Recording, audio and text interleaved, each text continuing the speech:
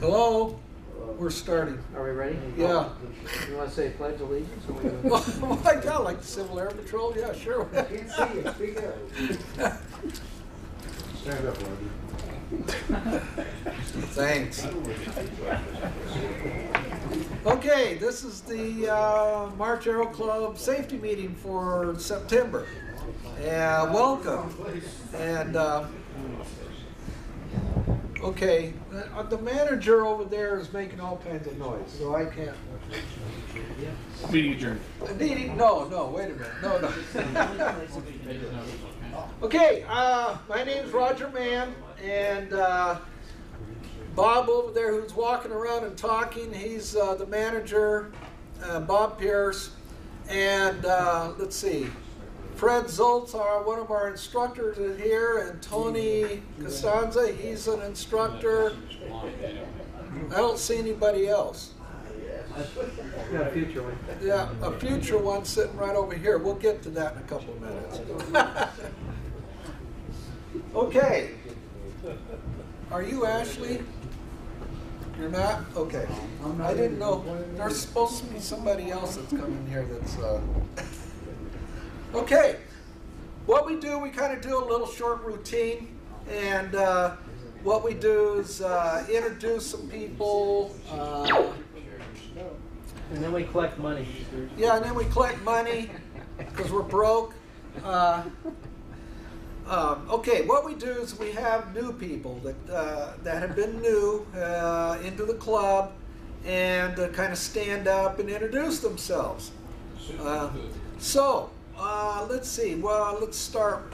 Well, since you might get called out, why don't we have you do first? Hi, my name is Ozzy Aguilar. I work for the 452nd LRS. I'm new to all this. Just trying to get my license. Something new. I'm always up for something new, so this is the next stuff I like to do.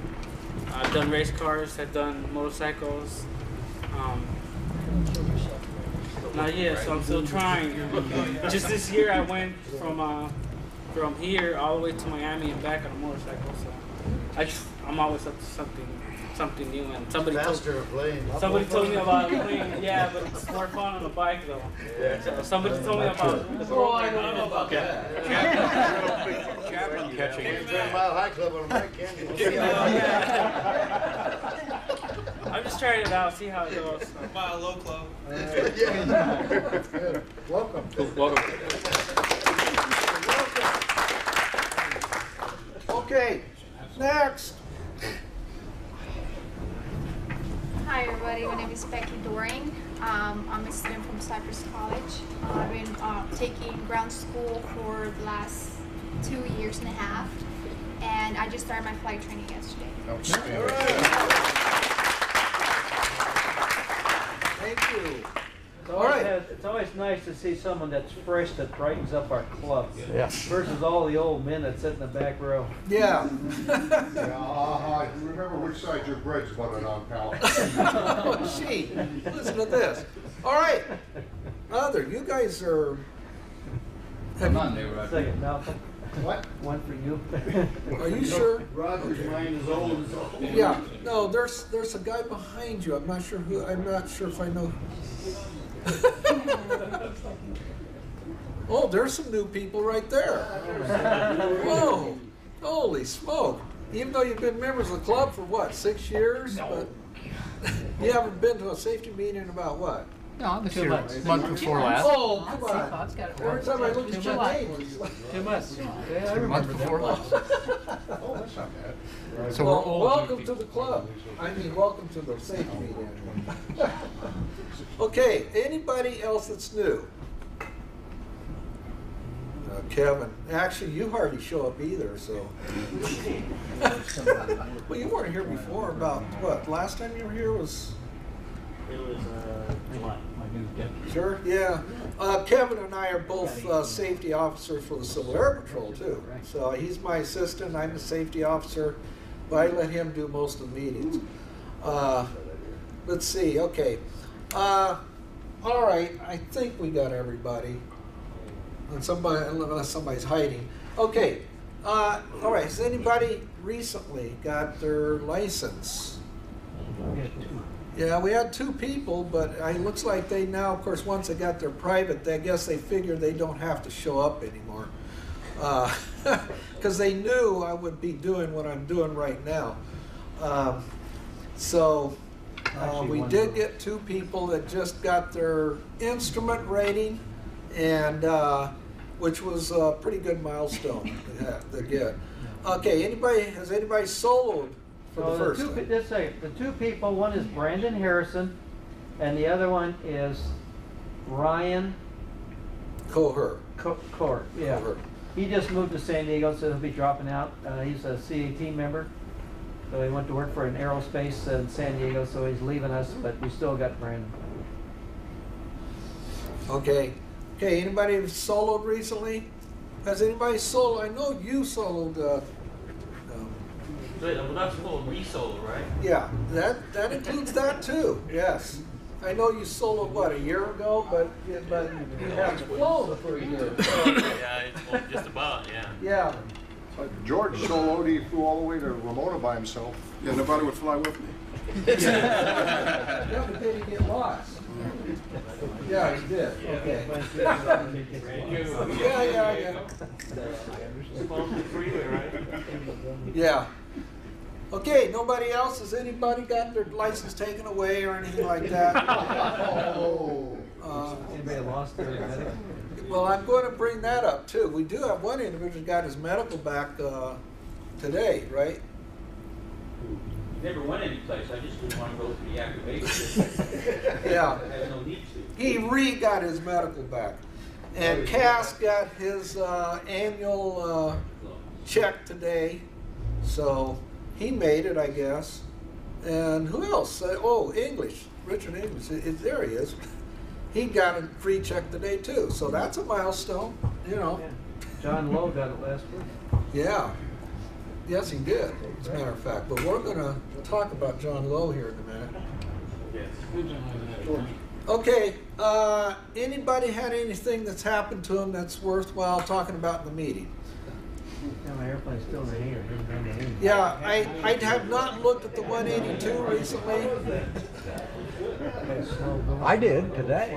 Yeah, well, okay. It was okay after you. It was after Scott had flown it the other day. I think we had to change a couple of things, but just kidding. Okay, so nobody has any exciting stories, George? You always. Watch out for the winds if you come to Fallbrook and Ramona. George, Keep running off the runway and landing gear up and watch that wind. You did all that yourself on your plane? Damn. I'm 1860. No wonder nobody was What time of day was that? There he is. Right there. the same story you told me, George. Yeah, the sign-in sheet's over here, but before you sign in, tell them what you It's just way in the did. back, I think. I can fly without seeing. You can fly without being able to see. That's Brandon. That's the guy that just got his instrument rating. Oh, Cool. Hey, congratulations. yeah.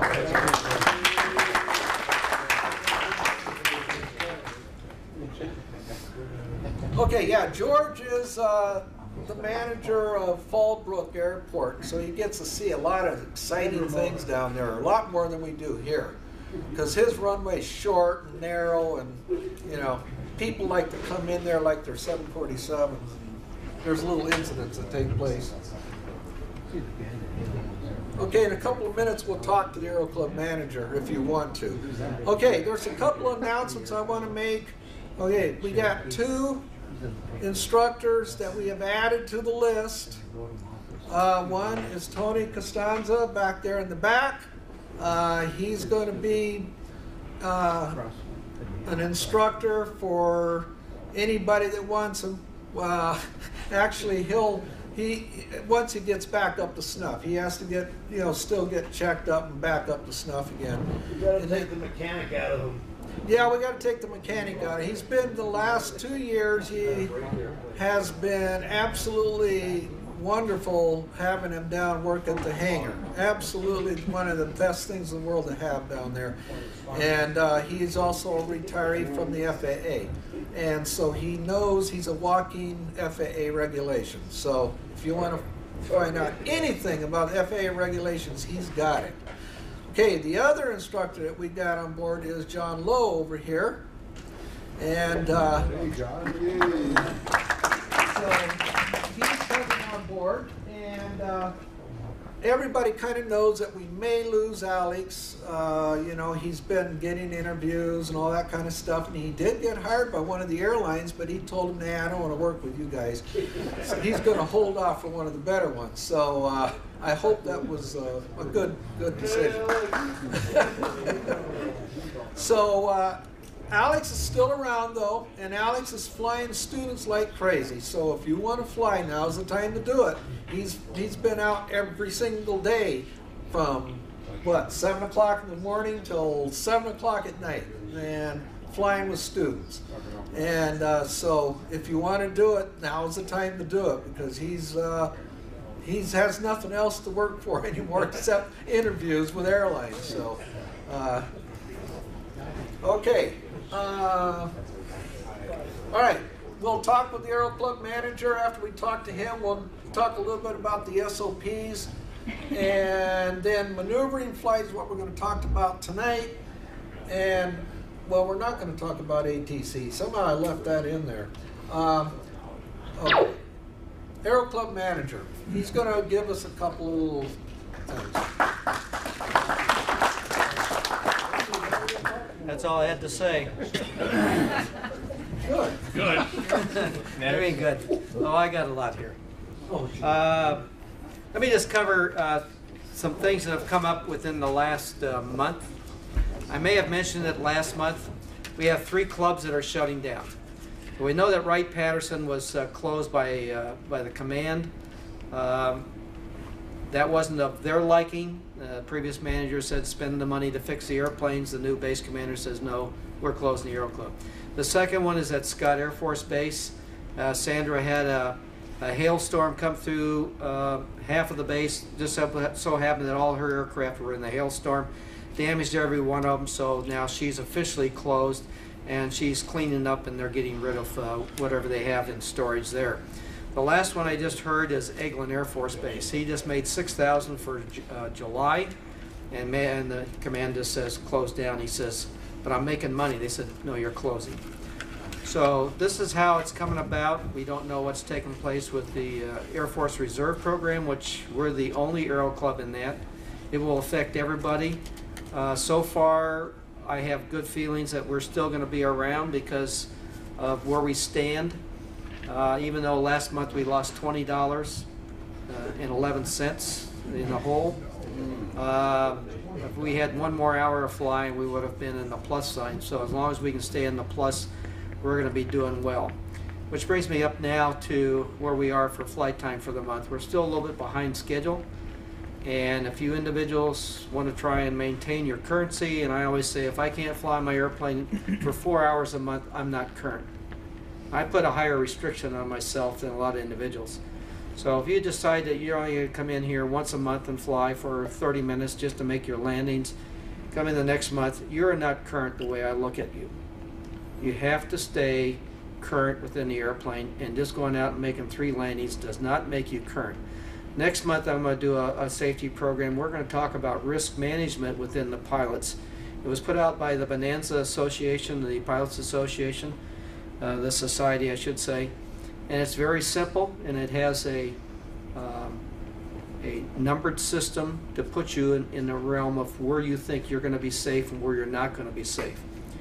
The Civil Air Patrol does this consistently with any mission they go on to in regards to looking for search and trying to rescue someone that may have been down. So there's always a risk management program that they look at, and they're very, very effective. The one for the Bonanza Society is a little simpler than the one that the Civil Air Patrol has. So I'm going to cover that next month. I really want to cover that. I think it'd be a good benefit for everybody. I just covered the flight time. If you have the opportunity, come out and fly the airplanes. At least give me some of your flight time this month so we can try and show a profit. We still got errors on the aircraft board, so we see a flight time. We may not see any fuel logged on it. We have to go back and research, try and find out who flew the airplane through Flight Schedule Pro, and then find out the individual, look on their, recall their invoice number, and then put it back in the books. Fly the airplane, don't be in a rush, look at your name, make sure your name is on there, make sure you put the oil quantity down, and make sure you put the fuel log down. So that's our checks and balances as to what's in the fuel tank, what we have on the sheet, and making sure that the digital readout that we have for the pump system is still accurate. So it's our checks and balances. 69 Romeo's engine is being rebuilt right now. We have one in the box. We'll get that out this week. I just need to find a forklift to take it down to shipping. It will go back, and we'll use that one for the core. So we've taken the core out of 3.5 Foxtrot. Was that right, David? Yeah, we took it out of 3.5 Foxtrot. We put 6.9 Romeo's engine back into 3.5 Foxtrot. And then when the overhaul engine comes back, we'll have a new starter, a new alternator on it, and a good overhauled engine with new pistons, rings, crank, cylinders, and we'll put that back into 6.9 Romeo for flying. So we're just kind of shifting the things around a little bit. Tony? You need the forklift just to put that engine box in a truck? Because we have the A-frame, we can lift it up and drive underneath if you need it. Yeah, but I still got to get it off onto the loading ramp. No way we get forklift stage. Yeah, I can do that. So no, it has to go up on the platform. There's no way you can lift it out of the truck to get it up on the platform for shipment. And then we're looking for October 6th. The 182 engine will be pulled out. They have no core, so that aircraft will be down for about 6 weeks. So we'll just have to plan on that. And unfortunately, he was hoping that he can take a Civil Air Patrol engine that's half built up, switch it out in a hurry, then continue to build it, and that's not working out right now with the engine overhauler. For every student that's in the Aero Club, I have to have a birth certificate. You're going to have to show it to me. I make a copy. I'll hand it back to you. TSA's been out looking. I handed them my book with everything in it, and I had 3 birth certificates. And I said, well, that's all the students I got.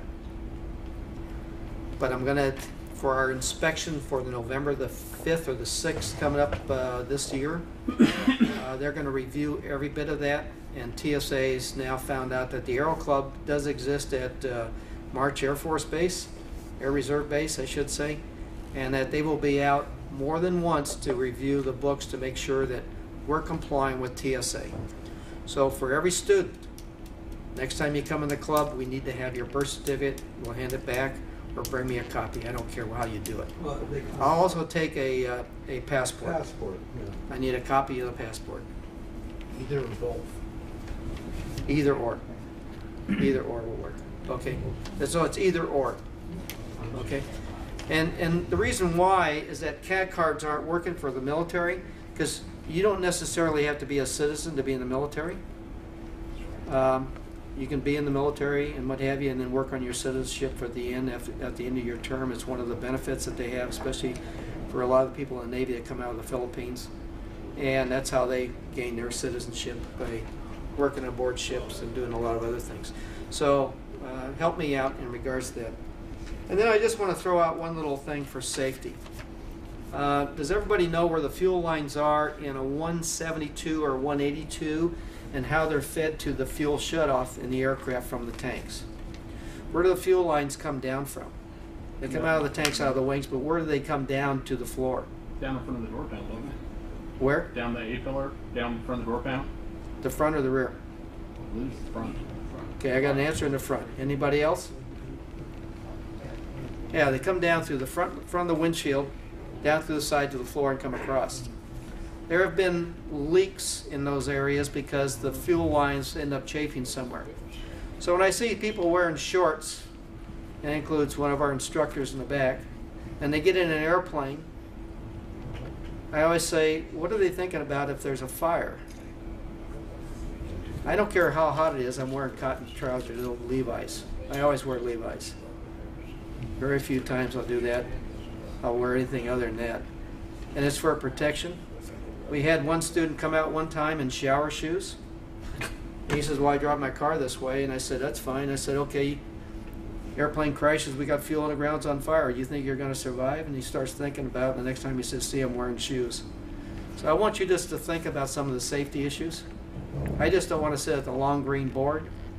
And if you look at the regulations, it says you got to be in proper uniforms or proper sets of clothes. So I don't care if you're in a flight suit or something else, but try and wear long pants, even the girls or the ladies. Enough said. Thank you. Oh, I had one question. Who asked for an application? It was on the phone today. Okay, thank you. I found it, Ken.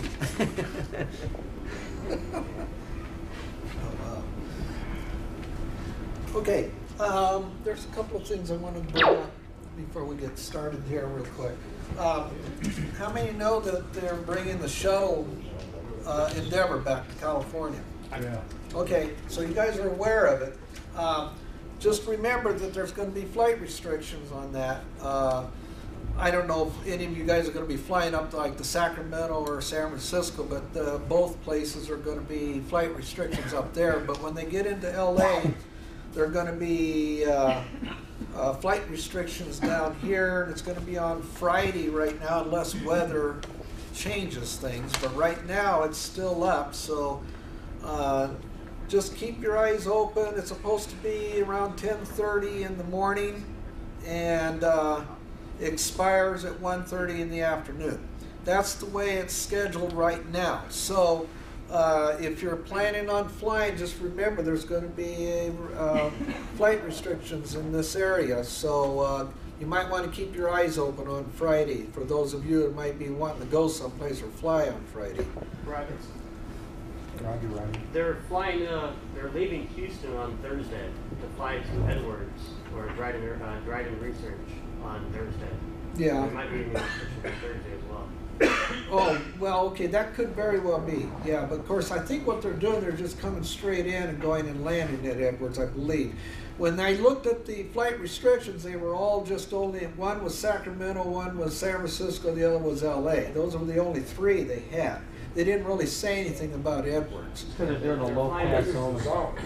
Yeah, see, they're doing a low pass only. Yeah, the reason why they're doing it at those three places is because they're doing a low pass is what they're doing. They're coming in and they're flying, I don't know how many, I guess, well, they're actually wanting to go all the way down to, you know, like 1,000 feet off the ground is what they want them to do.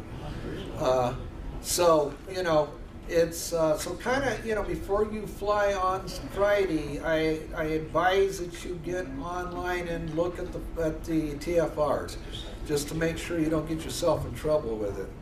Okay? I want you all to enjoy the last American 747, and that's the one that's flying the shuttle. It was the last 747 American Airlines owned.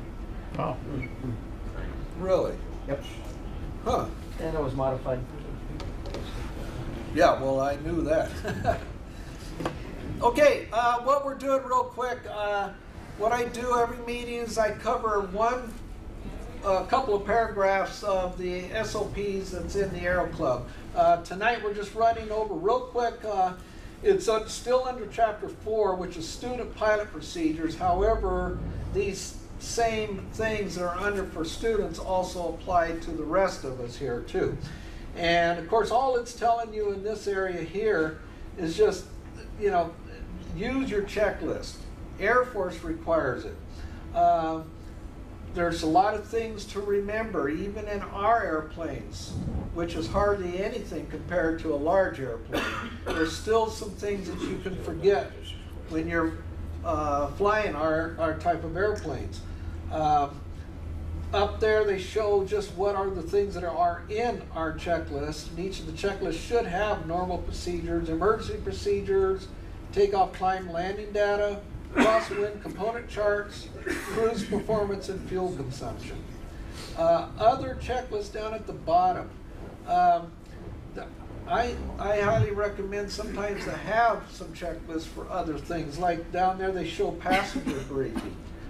I know that for you that have gone to these safety meetings before know that I harp a little bit about briefing passengers, especially when the passenger knows nothing about an airplane. They're just going up just for the fun of it. I know George does it. I know that Malcolm and Tyler does it. And Ken, yes. You know, you guys, I know all you guys briefed the passengers on emergency procedures, what to do in case you have a crash landing, and also what to do in normal situations, and how to do the seatbelt too, and how to unbuckle it also. So that's very important.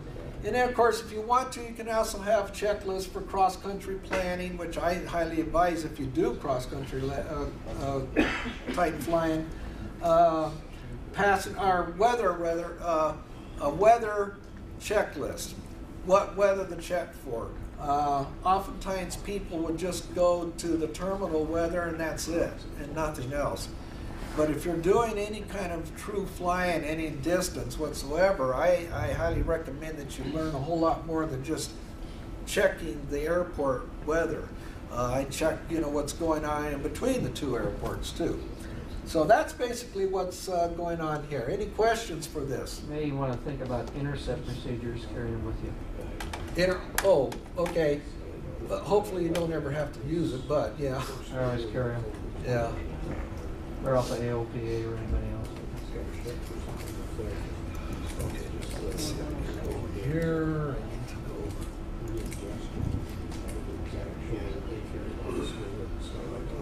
September safety. Now I cannot get this any bigger than you can see it right here. So you'll have to watch it from back there, and hopefully you will.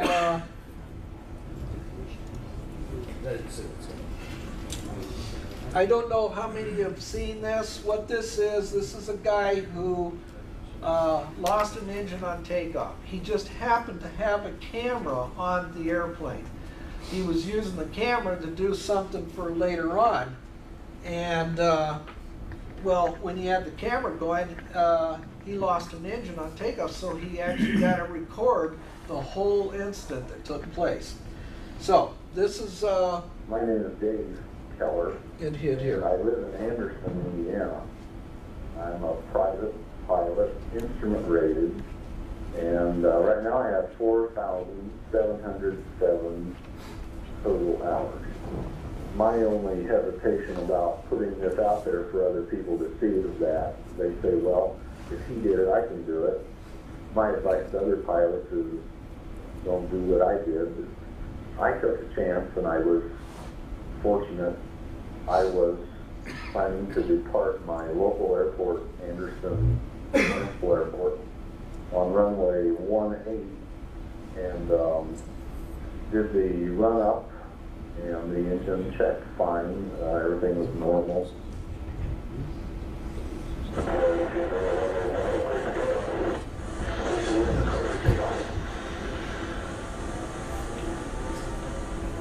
It's a Mooney.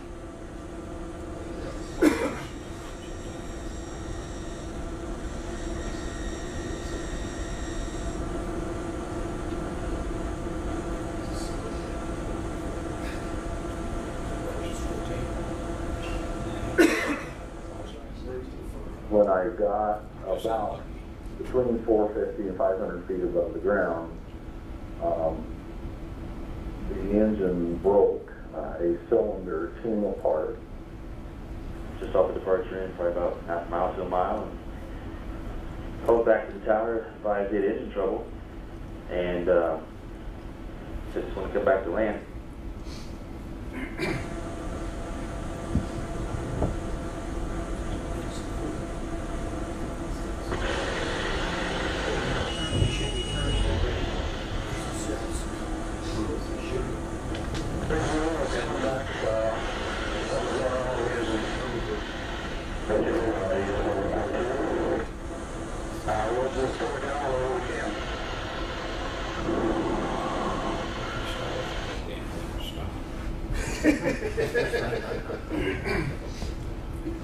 Okay, what this verbiage is here, and it's saying you just witnessed the beginning of a maneuver ASI calls the impossible turn.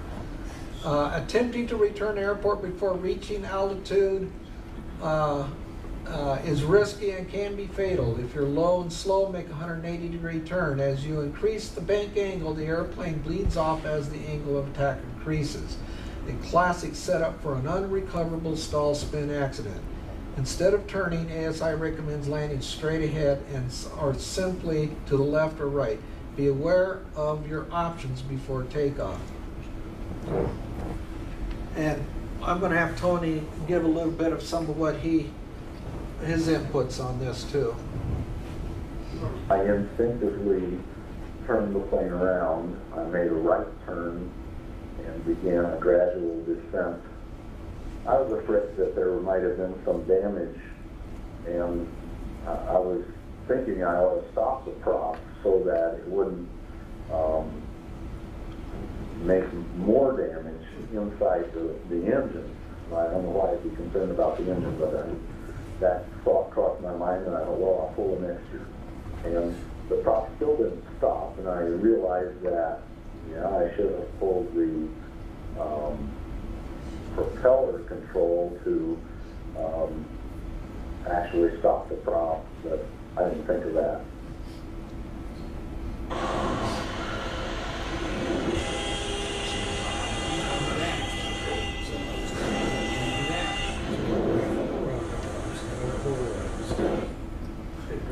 My thoughts were just get ready, call dispatch emergency vehicles. This is the tower guy here.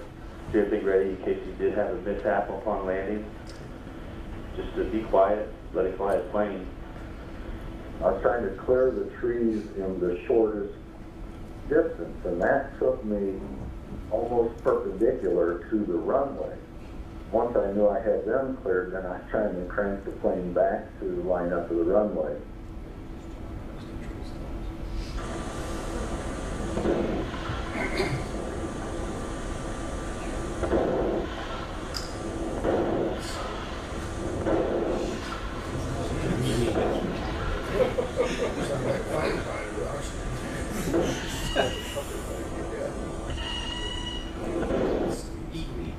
He put it down back on the opposite runway he departed on and landed kind of long, and I just kind of paid attention, watched, got on the phone to 911. I have never landed this plane in the years that I've had it. I've never landed it without flaps, except on this day. And I don't know why I didn't think about putting the flaps down, but I didn't. And that's part of the reason why I was still going pretty fast. At the point where I touched down on the runway, there was less than 1,000 feet remaining. So I was getting pretty close to putting it on the numbers to the wrong direction.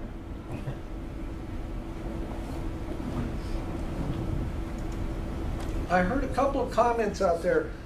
There's two things that he forgot to do, and I heard Fred say that the second one might have saved him too.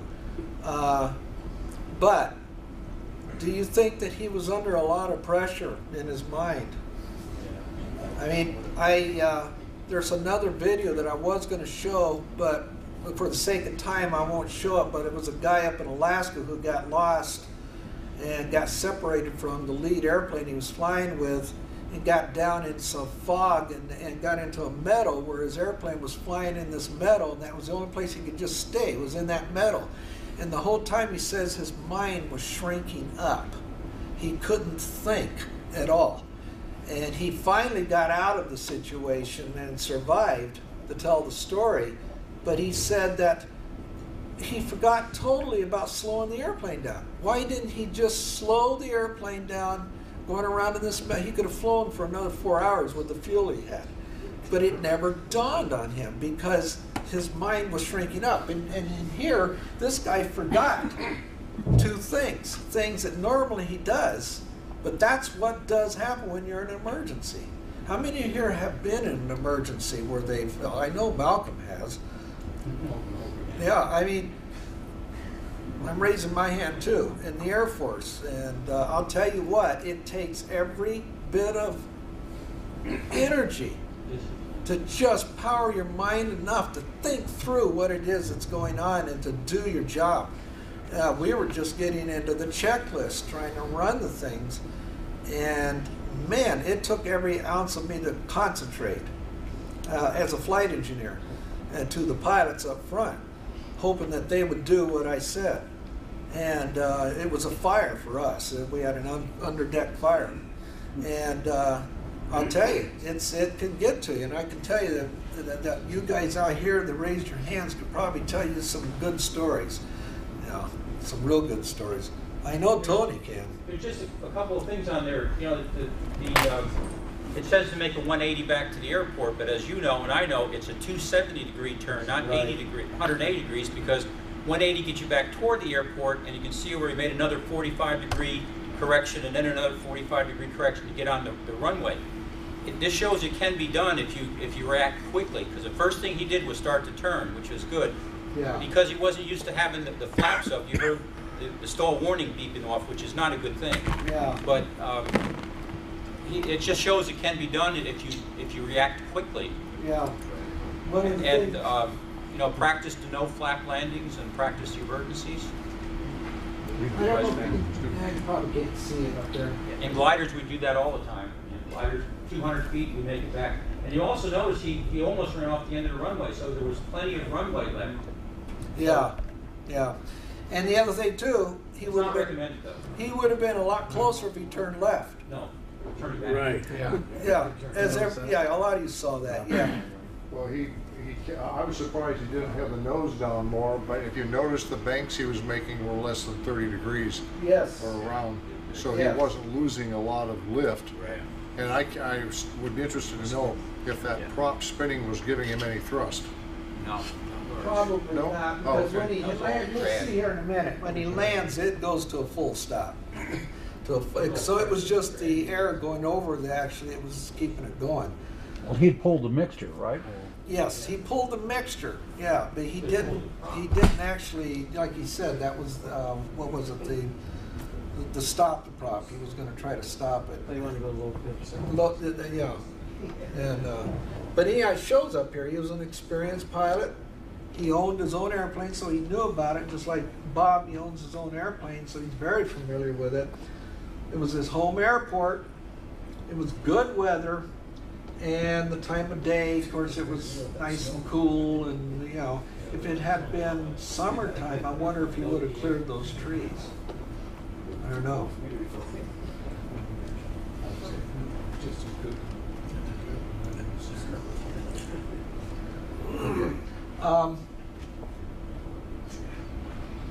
Has anybody here ever lost an engine at all?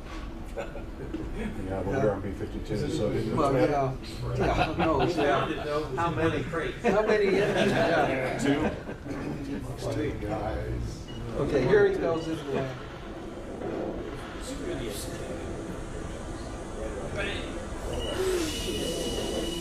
Look how much small the bank is. I know you're just sitting there going. Brakes, brakes. Boom.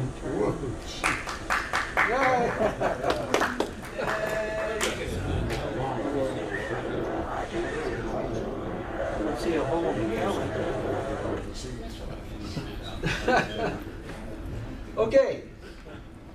And a little discussion here. They got, you've seen a successful impossible turn, but there are times when it doesn't happen. And right here they're quoting a Pilatus PC-12 that was doing a practice loss of engine, and they didn't make it back and killed everybody on a practice. The second one, a flight instructor and a private pilot sustained fatal injuries, and the Cirrus SR-20 was destroyed when it collided with the terrain after turning back to the runway. The pilots had practiced a simulated engine failure during climb out at William F. Fox Airfield in Lancaster, California. You forgot the parachute. Yeah, they forgot the parachute. Yeah, no kidding. So it's, and he goes in a little bit more here in a couple of seconds. And I hope this isn't scaring you new pilots. I got it down. This is his engine. Into the shop discovered at that point then that it was a broken cylinder. if you look at those pictures of the cylinder, you can tell that it is a clean break around about 2/3 of the circumference cylinder, and about 1/3 of the brake is dirty, which indicates that it had been cracked. There's just absolutely no way that we could have known that that one was cracked, because where it was there's no way to inspect it. The other thing that made this surprising is that the compression checks were always very good, and it was not using any inordinate amount of oil. In fact, the plane has always used very little oil. I took a chance, and I was fortunate to make it successful, but your chance is much greater just finding a place straight ahead, keep it level, and put it on the ground, slow it way down, stall it out as you're landing. The best thing you can do is be familiar with your home airport, because that's where you make the most takeoffs and landings. The percentage of you're going to have an accident there, it's greater than any place else. So at least be familiar with the home airport and what places there are to put things down. Maintain situational awareness, be calm. If you have any checklists, go through your checklists. Practice your engine out procedures. Let us help you. Don't think you get everything on your own. Okay. I know that the instructors will put your students through, engine out procedures, and that's one of the things, to really pay attention to it. I mean, I can remember when I was a private pilot student about 100 years ago or so, with the Curtiss Wright bi-wing airplanes. I can remember when the instructor would pull the throttle back, and I was like, yeah, but that's not really ever going to happen. And you get thinking like that. Well, it may not ever happen to you. I mean, there's plenty of pilots that have flown their entire lifetime, in flying airplanes, and it's never happened to them. But, you're probably more likely to get into an automobile accident, long before you ever get in anything like this with an airplane. But it can happen, and you just want to be prepared for it. And I'll tell you one of the things, how many of you here play around with Flight Sim, any of the Microsoft Flight Simulator or any of those things? Okay, we got one. No, well, I highly recommend it, because especially if you're doing an instrument rating, that's something that really helps. But even just flying an airplane and set the program up to have the engine fail on you. And you can set it up so that it fails without you knowing about it. It just all of a sudden happens. Yeah, exactly. That's the whole point. And so one of the things I did, I was in training when I was in the Air Force with the 141, and one of the things that I learned was that the mind itself, when you do things like whether it's a sim or it's on a piece of paper or it's in the real airplane, your mind still sees it the same way. And we used to do a lot of stuff in the simulator in a wooden Indian, which hardly did anything. It's kind of like that airplane we have in the office over in the corner. That's what we call a wooden Indian. It doesn't do anything.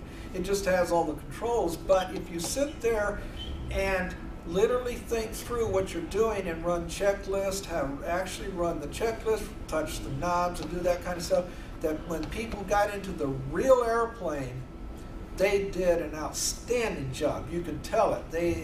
Their whole operation in the airplane was much different. You could tell the people that didn't do it immediately. I was an examiner in the Air Force, and I would sit there, and within 5 minutes, I knew that these people had been practicing.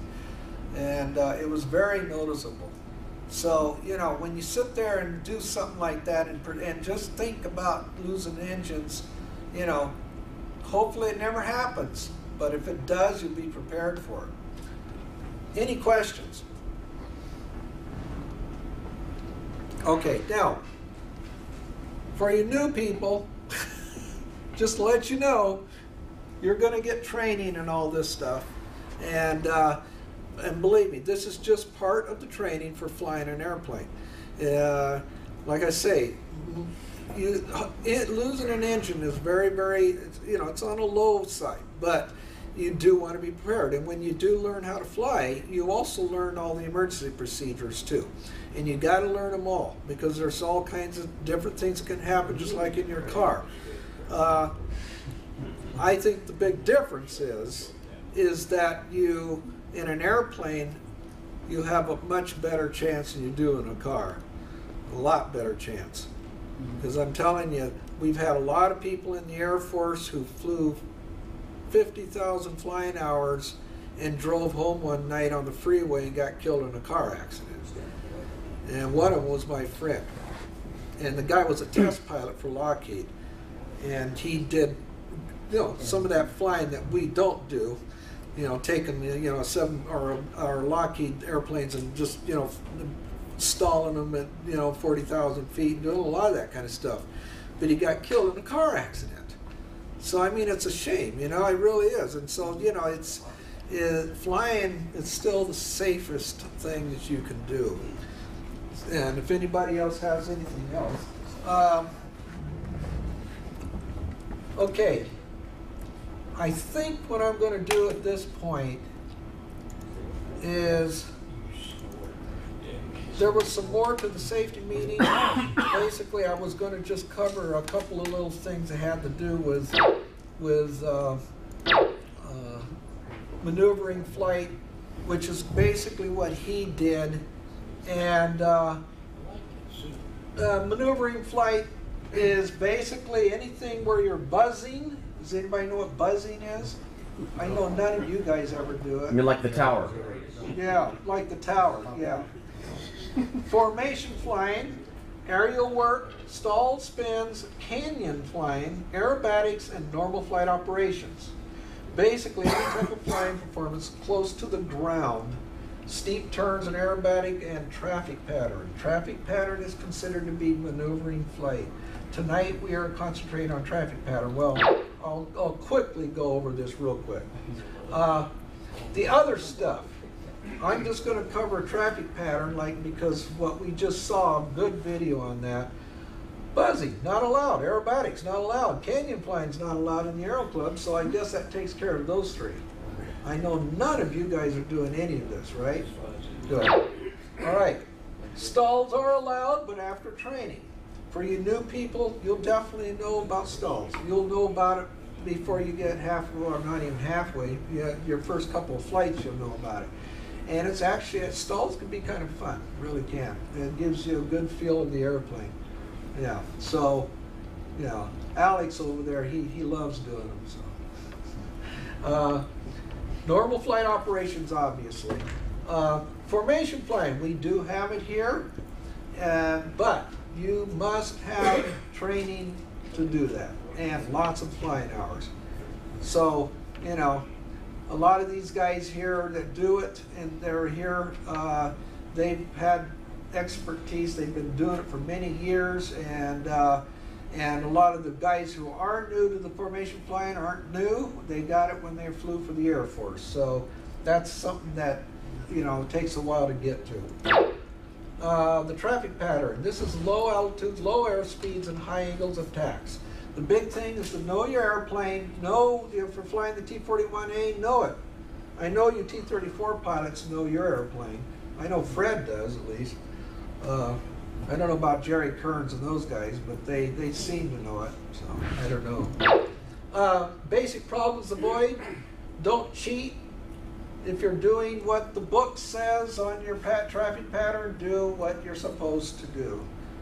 You students will know what I'm talking about after your first few lessons. On overshooting the runway, and you know what that is, that's exactly what this guy did tonight on the Mooney. He overshot the runway, okay? You can do that when you're doing just a normal landing.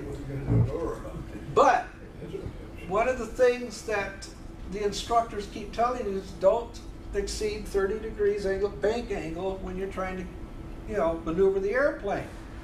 Well, Alex brought up today this problem. Sometimes what happens then, so you don't exceed the bank angle, people tend to use the rudder to try to get that nose over so they can line up with the runway. Well, that's not a real good thing to do. That can cause the airplane to go into a spin. It will cause the airplane to go into a spin, especially base to final.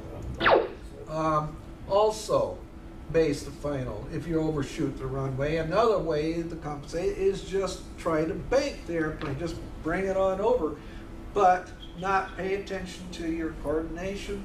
The ball is way out of center, and again, you're talking about a stall spin situation. And when you're only 500 feet off the ground, there's no way you're going to pull out of that stall, that spin at all. Stabilized approach. The airlines and the Air Force does too make it mandatory to essentially stop maneuvering around 1,000 feet. Now, it can vary sometimes. For us, like the T-41s and T-34s, it's about 500 feet or so. The flight is on airspeed and at the right altitude at the appropriate descent rate aligned with the runway. If you're not stable, things look weird and you're not doing what you're used to, do a go-around.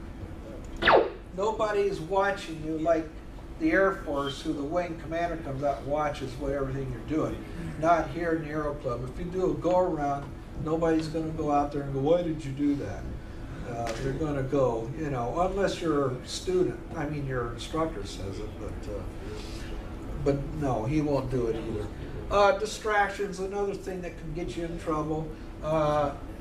Something takes your eyes off the routine. For the most part, we don't sit there and look at our checklist necessarily, but we do oftentimes run the checklist in our minds, the dump checklist in our heads, and something can disrupt that.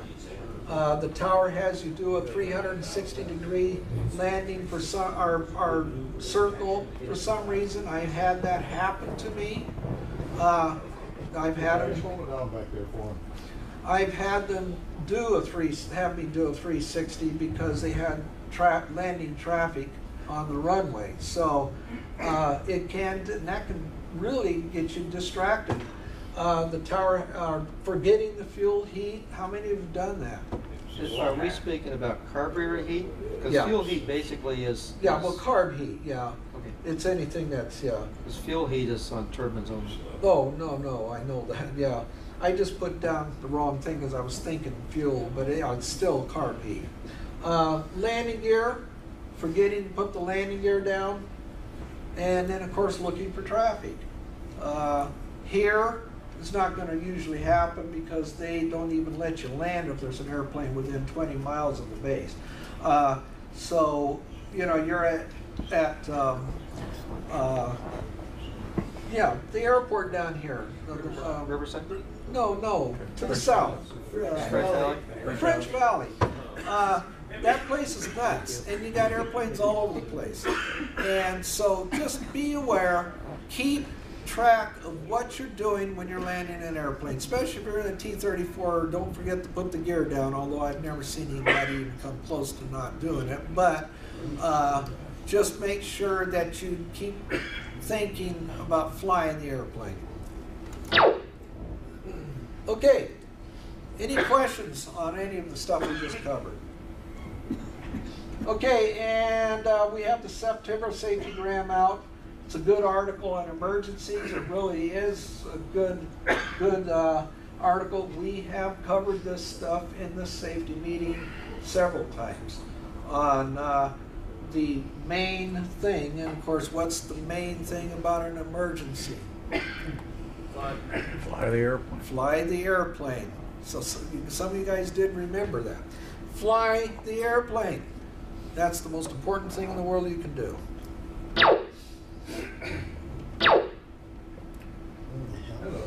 Up in the air. Yeah. We're not allowed to do acrobatics. That's Well, you notice it's not an Aero Club airplane. Okay. Any questions? Next meeting is 16 October. Yeah. I forgot to mention that I have our annual open house at